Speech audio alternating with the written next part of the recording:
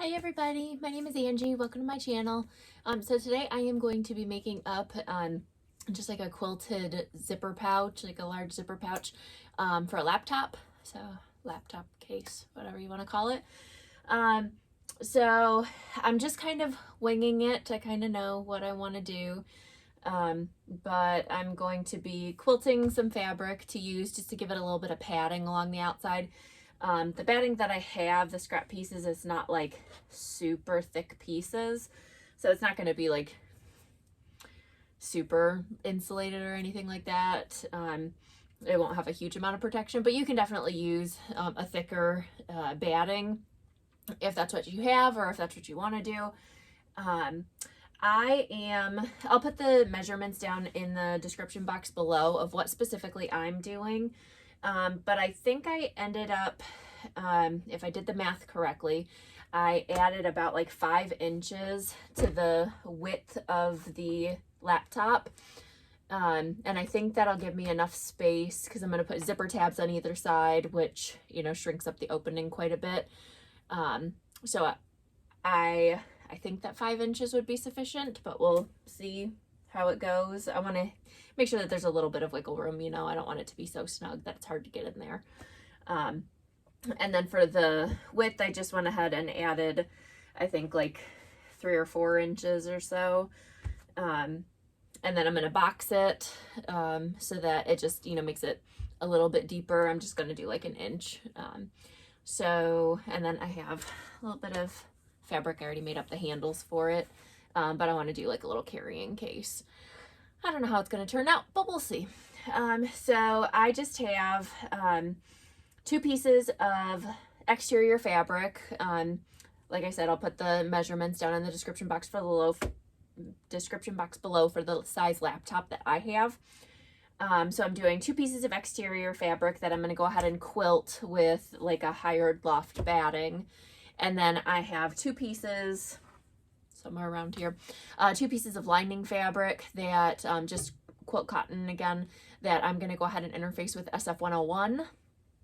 And then I have my 2 little strap pieces here, which I meant to cut to 12 inches, but I accidentally cut to 10 inches. So I don't know, we'll see how that works, but I'll put in the description box below if I think that 10 inches was too short or if they should be longer.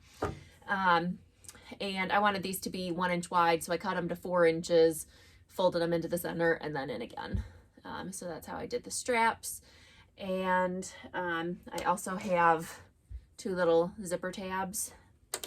And those ones just a 2 inch square. I did interface them. You don't have to interface them, but I just always do. Interface with SF101, and again, fold them in, and then fold them in again. And you'll need some zipper tape or a long zipper if you have like a pre-made zipper. I'm going to see what I have, see what I can use. I have a huge stash of zippers plus some zipper tape, so we'll see what I have, if anything will work with this. And let's go ahead and get started. Okay, so I have my fabric here with my batting, and my fabric I just went ahead and cut a bit larger than what it's going to be, or what I'm actually going to cut it down to. When you're quilting, it tends to shrink up the fabric a little bit. So if you cut it to the exact size that you want it to be when you're done quilting, by the time you're done quilting it, it's going to shrink up, potentially like up to a 1/2 inch or more, depending on, you know, how tight of a quilt design you're doing.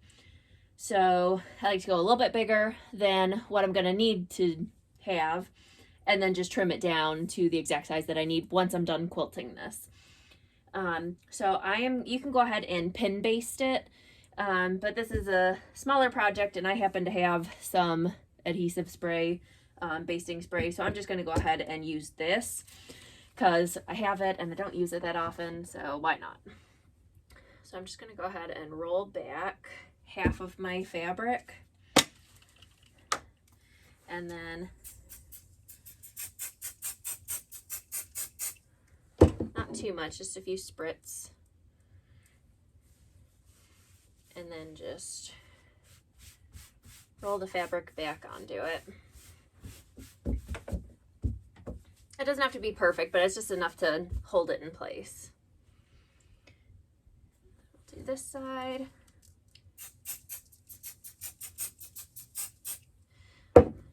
Be careful when you're using this spray too, because it does not come off for anything. So just careful with it, because if you spray it on your mat, or if you spray it too heavy and it soaks through your batting or your fabric, it will be on your cutting mat probably forever. Maybe there's tricks that people know of to get it to come off, but I don't know of any. So I have this one, and then I'm going to go ahead and do the other one. I'll go ahead and just get that out of the way now. All right, so I went ahead, you probably can't see it on the camera, but I went ahead and just marked, I have just a little, like, I don't know what it's called, but it's just a little imprint thing to mark out. I'm just doing straight lines. I'm just gonna do cross. I don't have a free motion foot on my machine, so we'll just stick with the straight lines. But quilt it however you want to quilt it, just to get the batting attached to the exterior. That's all we're worried about at this point.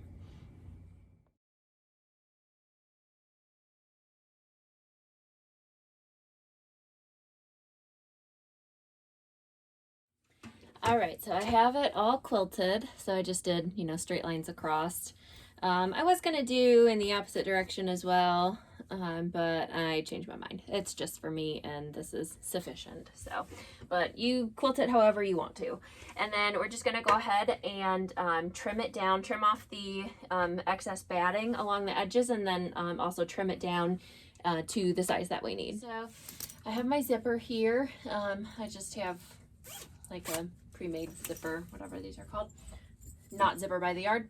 And I'm just gonna go ahead and trim it down to the size that I need. I think this is, yeah, this one's plenty long enough. So I'm just gonna go ahead and trim it down. I'm gonna use, I think, a 1/2 inch seam allowance on this bag.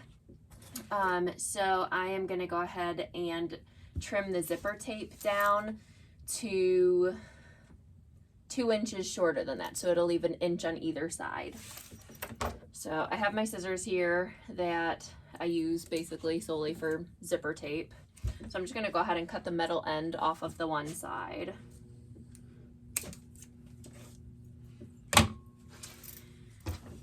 And then, this thing's in my way of measuring.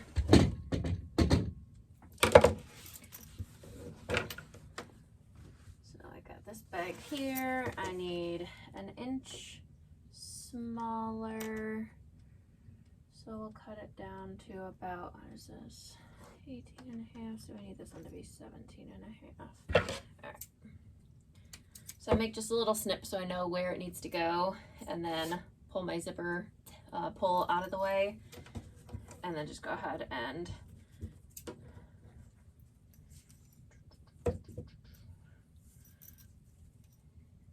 just make sure that I'm cutting at the same spot on both sides. Just line it up. There we go. Okay, and then I'm gonna go ahead and, I don't think it'd be a problem with it fraying or anything, but anytime I'm using nylon zipper, then I just like to go ahead and melt the edges just so that it doesn't fray, in case down the road I like wash it or something and it starts fraying.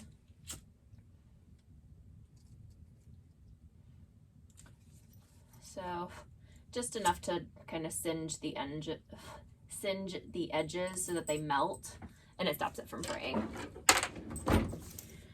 Okay, and then I'm gonna go ahead and also baste the open end of the zipper together. It just makes it a little bit easier to put the zipper tab on.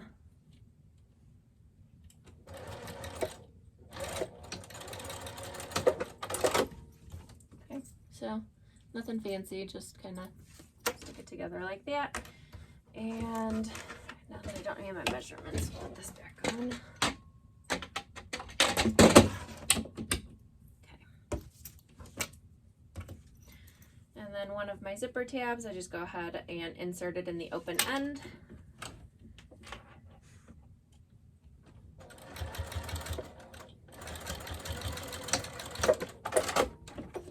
And stitch that right on. And then we'll do the same on the other end.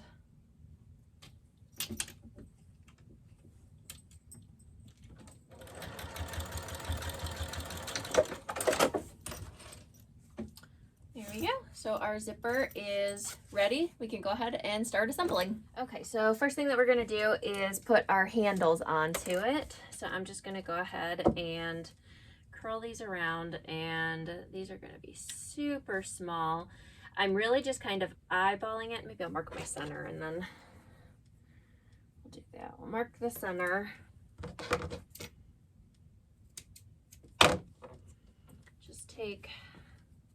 I just take a tiny, tiny little notch out. You can't even see it, I don't think. Where is it? Right there. I just take a tiny little notch out. It helps me view the center. And I'm just aligning that mark with one of the lines on my cutting mat just to help me eyeball it a little bit. And if I had cut the straps bigger like I intended to, like to 13 or 12 inches or so, I probably would have done them wider, but I only cut them to 10 inches, so I don't have that much room to, you know, pull them apart. So I'm gonna go with only 2 inches apart and hope for the best. Maybe, can we reach it? No. It's a little too awkward to go 3 inches. Girls. Dogs playing in the background. All right, so I have the handles pinned or clipped in place on both of the exterior pieces along the top. I'm just gonna go ahead and baste those in place.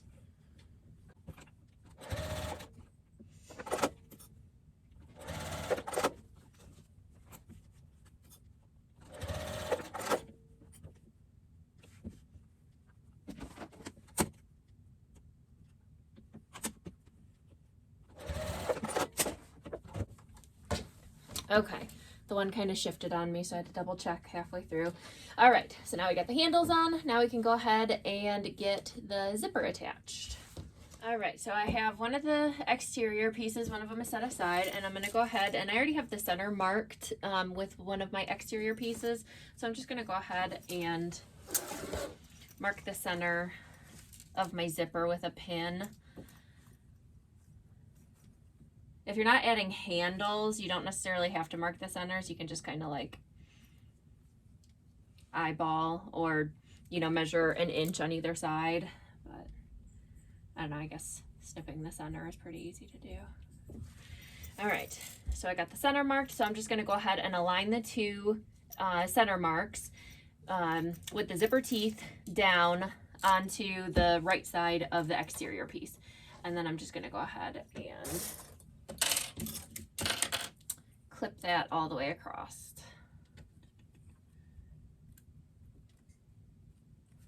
Take my pin out.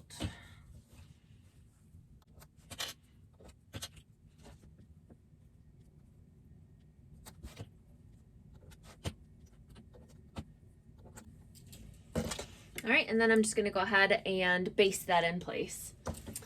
All right, and then we'll just go ahead and take one of the lining pieces and align that, just lining up the edges over on the side here and the top edge with the zipper. We'll go ahead and clip that in place and then stitch.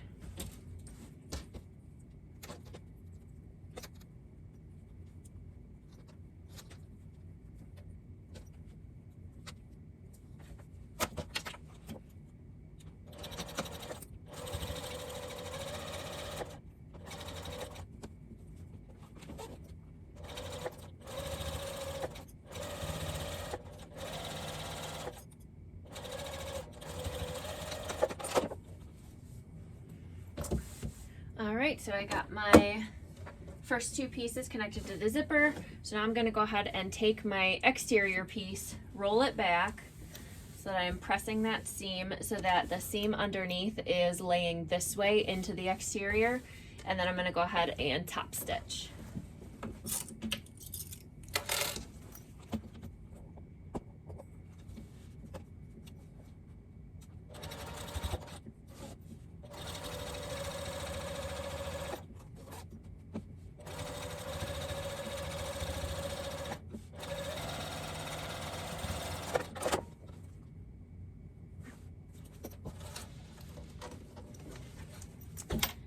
All right, woo, rolling all my clicks.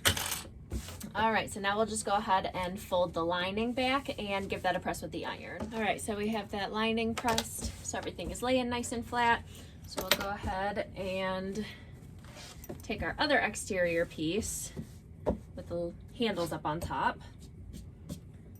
And then we'll lay our zipper down onto that piece, aligning the top and aligning all of the side edges here. And then we'll go ahead and clip along the top and baste it, and then attach the lining, same as we did on the first side.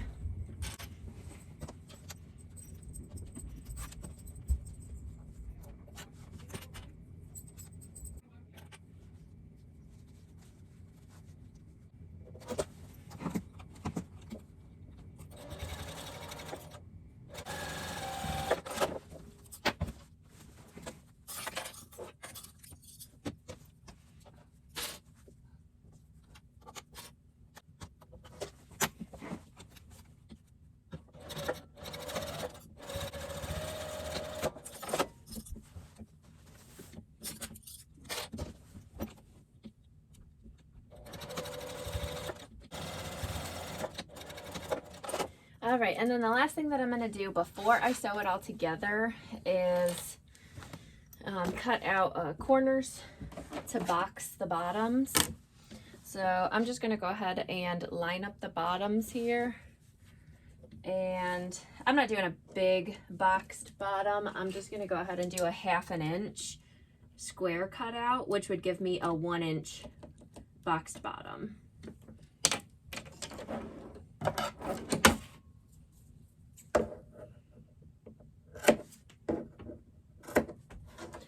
And then I'll just go ahead and do that on all 4 corners. Okay. So now we just need to go ahead and get the entire thing all clipped together. So I'm gonna go ahead and just leave maybe a 5 inch opening, 5.5 inch opening, something like that, along the bottom, just big enough to get the whole thing turned through. 5 to 6 inches should be plenty space to get something like this. Is nice and like squishy, you know. It's nice and easy to turn, so I'm just gonna leave that big of an opening and then just go ahead and clip the rest of it.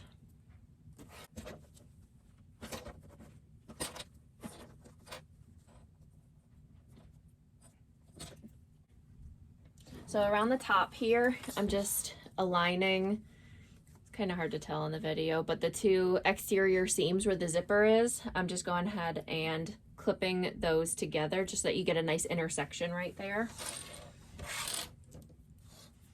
And while I'm doing that, I am pushing the zipper tabs. I am pushing those or pinching those onto the exterior. That just makes it, the zipper lay nice and flat.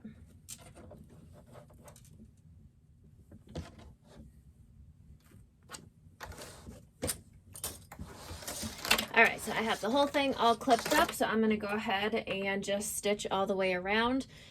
Doing a little bit of a bigger seam allowance on the bottom. It just helps it sit nicely around the lining, sorry.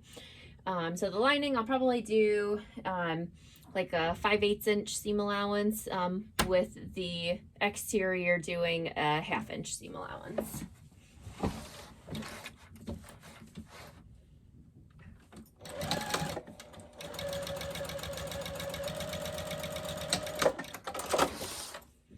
Oh, 5/8 is a little tricky because I'm only doing a 1/2 inch boxed bottom. So strike that. We'll just do like a 1/2 inch on the bottom and then 3/8 inch along the top. So that'll still be a little tricky, but that's what we'll just have to go how to do with.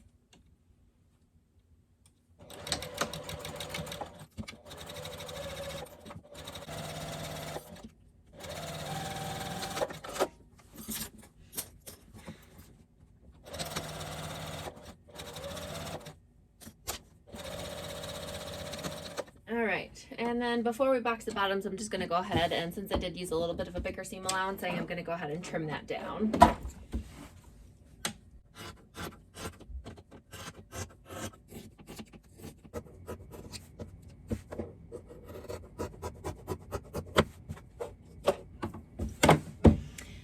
Okay, and now last step is to just go ahead and box the bottoms. So we're going to go ahead and whatever seam allowance you used for that particular section, you'll go ahead and just follow that.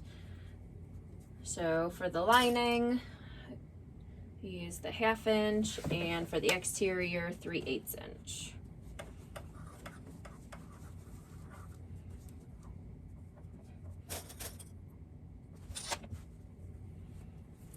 Mine was so close, it's basically like I didn't cut anything off to box the bottoms.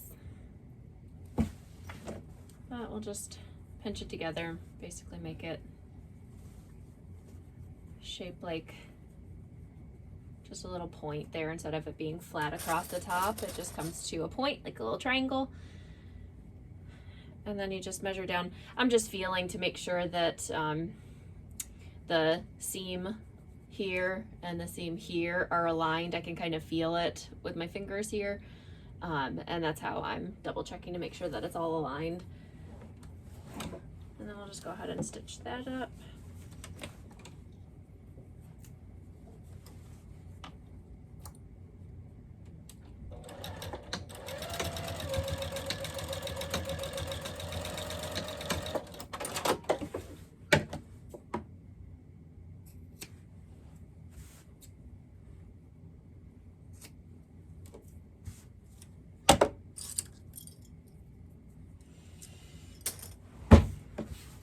All right, and now we just need to go ahead and get this turned. I did not say it before, but you want to leave the zipper open at least halfway. Luckily, I remembered to do that. Sometimes I don't, and that's fun. So I just go ahead and at this point open the zipper up all the way. The only reason I don't open the zipper up all the way when I am sewing it all together is the zipper pull tends to be long, and I don't want to sew over it when I'm sewing over here. So.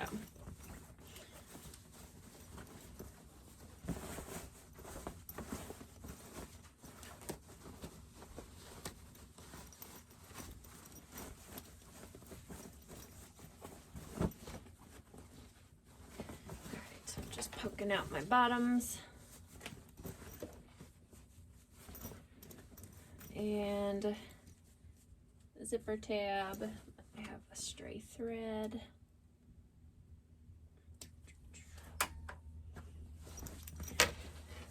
Other zipper tab. So from inside the lining, or from like inside the bag, my hand is like up against the batting right now. I go ahead and poke out the corner where the zipper tab is, and then I also go, because that pulls like the lining through and makes it look nice, but then this is just kind of flattening out the zipper tab itself. So then in from the lining, like right here, I go ahead and poke that out too. All right.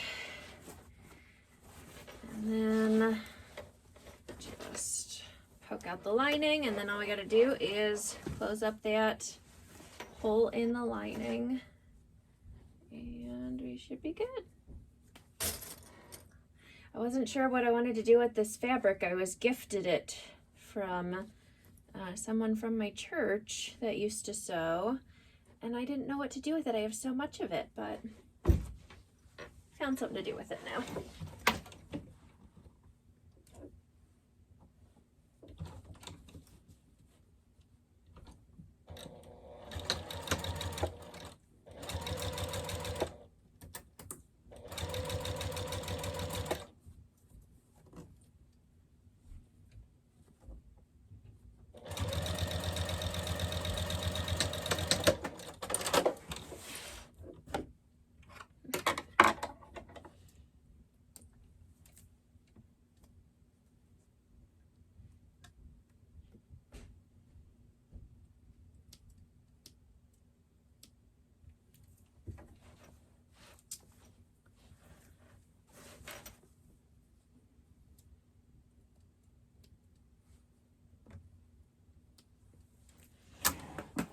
Okay, push that lining back through. I like to push the corners in while it's still out like this. I don't know, I just find it easier. I swore I was gonna run out of bobbin on this one with having to quilt it first, and that wasn't even a fresh bobbin.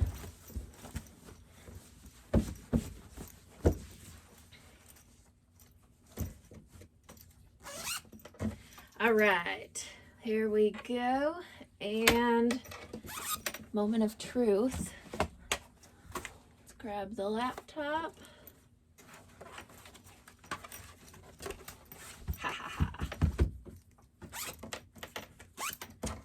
Perfect. There we go. So it's, you know, I probably would have used something a little bit higher loft batting, because this isn't like super insulated, like you can kind of still hear. But I mean, it's sufficient. It keeps the dust off of it. That was the most important thing at this point. We didn't have anything anywhere to put it. We were just leaving it on a shelf, and then it gets dusty when we're not using it. You could definitely add, I was thinking about adding a zipper pocket on it too, but you could definitely add a slip pocket or a zipper pocket to the exterior if you wanted to keep like your charger or a mouse or something like that with it. You could definitely add that on here. But it's just a nice little dust protector or little carrying case. You know, if you are very careful with it, you could probably very easily use this to, you know, take it with you to school or something, or, you know, carry it with you to work. You know, you don't want to set it down too hard because this is still, you know, the bottom isn't too sturdy, but I mean, it is definitely sufficient to carry it around and for storage around your house at the very least. All right, well, thanks so much for watching. Make sure to like this video if you did like it, and subscribe so that you can stay tuned and see what other kind of fun projects we're going to come up with next. I'll see you next time. Bye.